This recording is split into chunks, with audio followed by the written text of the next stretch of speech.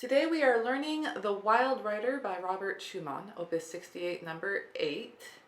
This is a great piece to learn if you're preparing for a Halloween recital. I use this one a lot with students because it's a good classical piece. It can be used for evaluations. It's pretty impressive in playing, but also has that nice, energetic, kind of thrilling energy that is good for Halloween recital pieces. This is in A minor, and it's in 6/8 time, which means it's a compound duple meter. You can count this in 6 or you can count this in 2. It's really meant to be counted in 2, especially because it's allegro. So it's fast, but when you're first learning it, because of course whenever you learn a piece you should master it slow before you speed it up, it's a good idea to count it in 6 at first, and then when you're ready to speed up the music, then switch to 2. And I will show you how to do that as we go through this piece. This is in ternary form. We have an A section, a B section, and the repeat of an A section. And this piece is from the Romantic period. Schumann is a very popular Romantic composer. He himself was a pianist, his wife Clara was a pianist, and he was a teacher to Brahms. Okay, let's get into this. So the A section is measures 1 through 8, and there is a pickup. Now, I'm a big fan of blocking whenever I first learn something because it really helps with the fingerings and teaching the arms and hands where to go so that you can go there quickly. So I'm going to do, it looks like about 2 blocks per measure. I might have to split it up because of, like in measure 2 we have an A minor chord, a D minor, and an A, so I'll probably add an extra block there. So we have E by itself, and then that's the first half, second half. This is where I'm going to add an extra block. So we have A minor, D, back to A, and then now measure 3, E major, A minor, E, back to A minor, to E, and then A minor.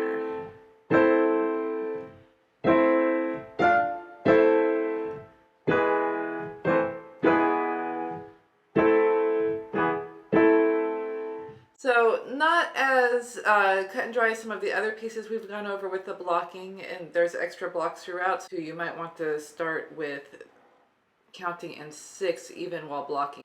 So we have 6, 6, 1, 2, 3, 4, 5, 6, 1, 2, 3, 4, 5, 6, 1, 2, 3, 4, 5, 6, 1, 2, 3, 4, 5, 6, 1, 2, 3, 4, 5, 6, 1, 2, 3, 4, 5, 6, 1, 2, 3, 4, 5, 6, 1, 2, 3, 4, 5, 6. Okay, so I would do that a few times until it's comfortable. I cannot emphasize enough how important it is to get good fingering from the start. I have students that just tell me, oh, I'm just not that good at piano, and a lot of it is they're just not really strategizing correctly from the beginning. They're just diving right in, and so they make it so much harder than it needs to be. Whereas if you're just a little bit more patient in the beginning, go through some steps, you're going to learn the piece a lot faster, and it'll be a lot easier to play. Well, I don't really like the word easy, but it won't take as much work to get a nice product. Okay, so now, speaking of fingering, I'm going to play the right hand by itself so that I can really focus on moving my hands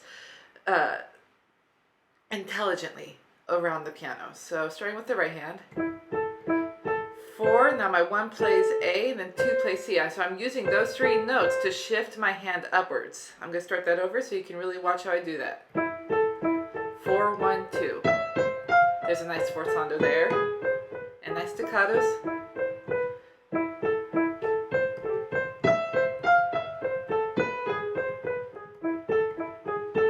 Another thing to notice here is you have a lot of nice staccatos, slurs, and sforzandos. So staccato, the little dot, means to play short and detached, like the keys are hot. Then you have a sforzando and the 2-note slur. So I'm going to really land hard on the sforzando and then come up on this next note. So I'm connecting it to the next note. But then after that, I'm right back to staccato. Same thing. Oof. 4, 1, 2. Here I'm going to do it again.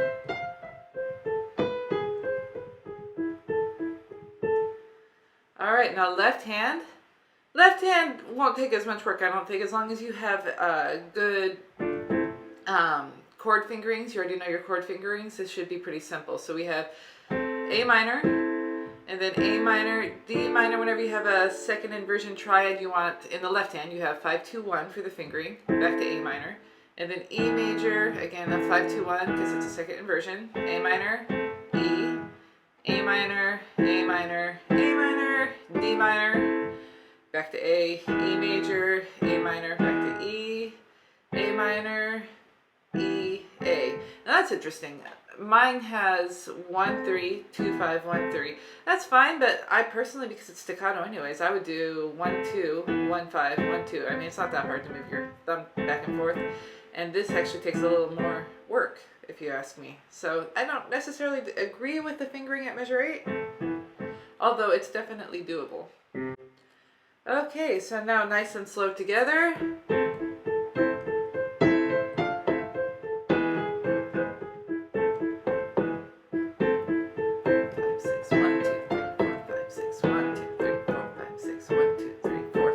6.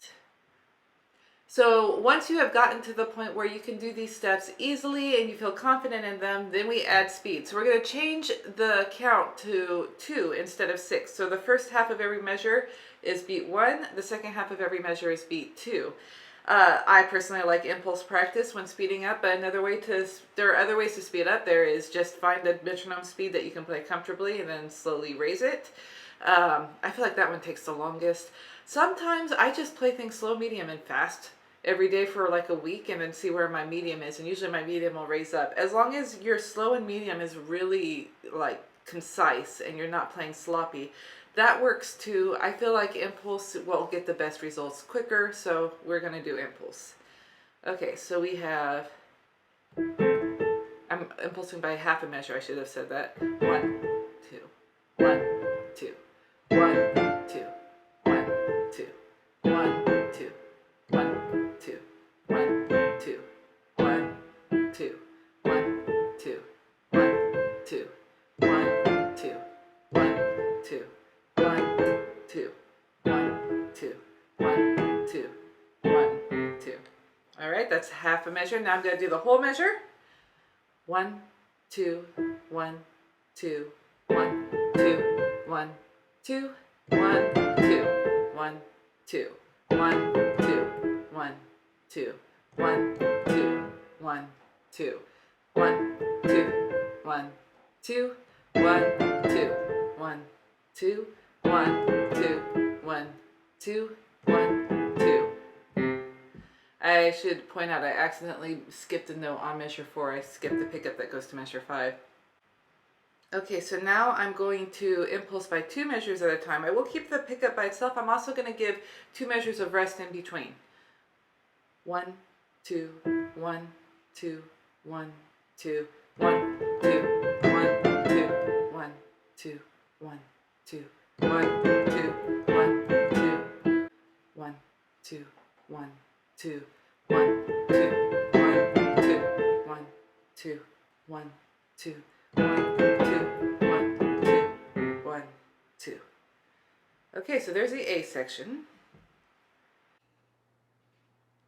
On to the B section. So the B section switches to the left hand playing the melody, and the right hand is going to play the harmony, the chords. We're going to go through the same steps as before, starting with blocking.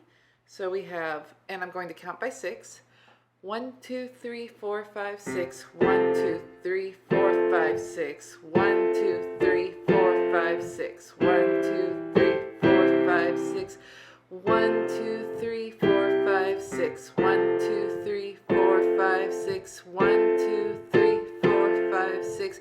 1, 2, 3, 4, 5, 6. 1, 2, 3, 4, 5, 6. You could actually split this into 2 halves if you want to and not add the notes on the third beat. I'll show that way too. 1, 2, 3, 4, 5, 6. 1, 2, 3, 4, 5, 6. 1, 2, 3, 4, 5, 6. 1, 2, 3, 4, 5, 6. 1, 2, 3, 4, 5, 6. 1, 2, 3, 4, 5, 6. 1, 2, 3, 4, 5, 6. 1, 2, 3, 4, 5, 6. 1, 2, that one I think I have to break up. 1, 2, 3, 4.